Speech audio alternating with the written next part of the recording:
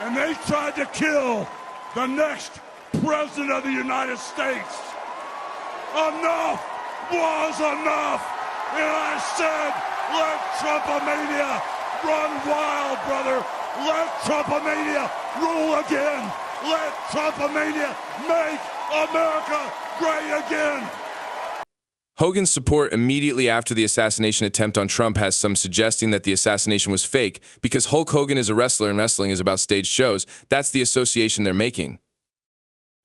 There has long been a connection between Trump and the wrestling industry. It's not like this has no history and came out of nowhere for no plausible reason. There has always been a professional connection between Trump and Hogan. And I watched how he treated people, and he treated everybody the same. And it was really cool and to see.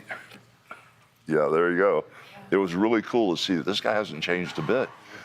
This picture of Donald Trump, Hulk Hogan, and Andre the Giant was taken at WrestleMania in 1985. They go back that far or even further. Hogan gave a completely plausible reason for his support at this particular time. He said he had held back for financial reasons and also out of cowardice, but the attempted assassination had changed his mind and forced him out of his indecision. The thing that really pushed me over the edge with this thing, because I was one of those people that was silent and I didn't speak. I call those people cowards. Right. You know, and I sat around for years and years and years and watched what was happening to our country. And when they did that to Trump, when they tried to kill him, I said, that was it. Is that when you decided to speak to? Yes, that's when I said, enough's enough. I'm done. Right. Well, brother, as an entertainer, you want to sell tickets, and you really don't want to split your audience. You know, you don't want to say, I'm a Democrat or I'm a Republican. You want all kind of people come to see you perform. I stayed silent for so long, it was killing me. I watched the border crash and burn. I watched the economy crash and burn. I watched Trump's family be compromised. I watched his business. I watched him try to put him in jail. I was silent and I hardly could hold my tongue. And then when they took that shot at him and tried to kill our leader, that was it for me, brother. I couldn't do it anymore, but that's why I stayed silent, because it was a business decision, and it was a weak decision. It was a cowardly decision, but now that's over with, brother. I'm on the team. Inviting an entertainer like Hogan to the RNC to lighten the atmosphere, rile up the audience, and appeal to an entertainment enthusiastic demographic is an obvious political decision. There's nothing extraordinary about any of it. Admittedly, the form and timing of this endorsement has a ring to it, but life manifests as it does, despite the sensitivities and concerns of conspiracy researchers.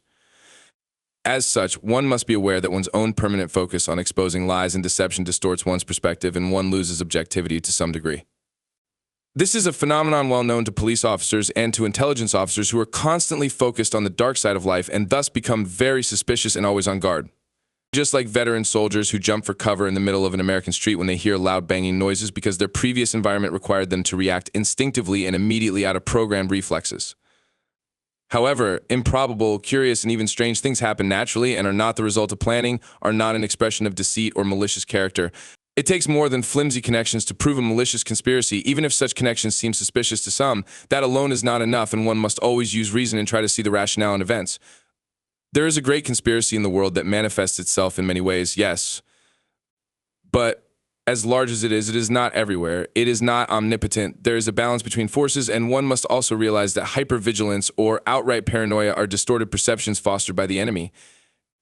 As it is advantageous for him to be perceived as all-powerful and keep his opponents busy chasing ghosts, as it diverts attention away from him, or better yet, diverts attention onto his opponent so that his opponents tear themselves apart.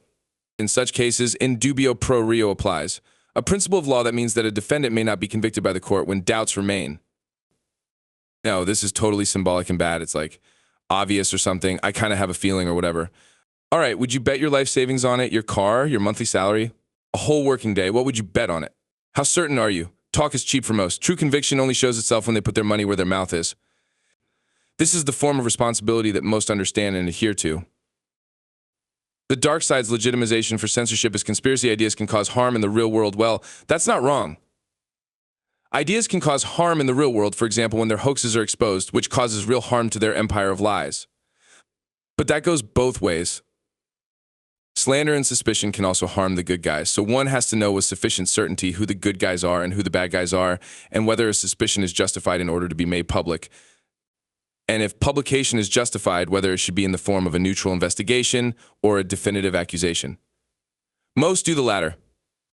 They refer to mere indications not as hints or clues, but as obviously clear evidence, which is unprofessional and irresponsible and has a negative impact on people's perception of reality.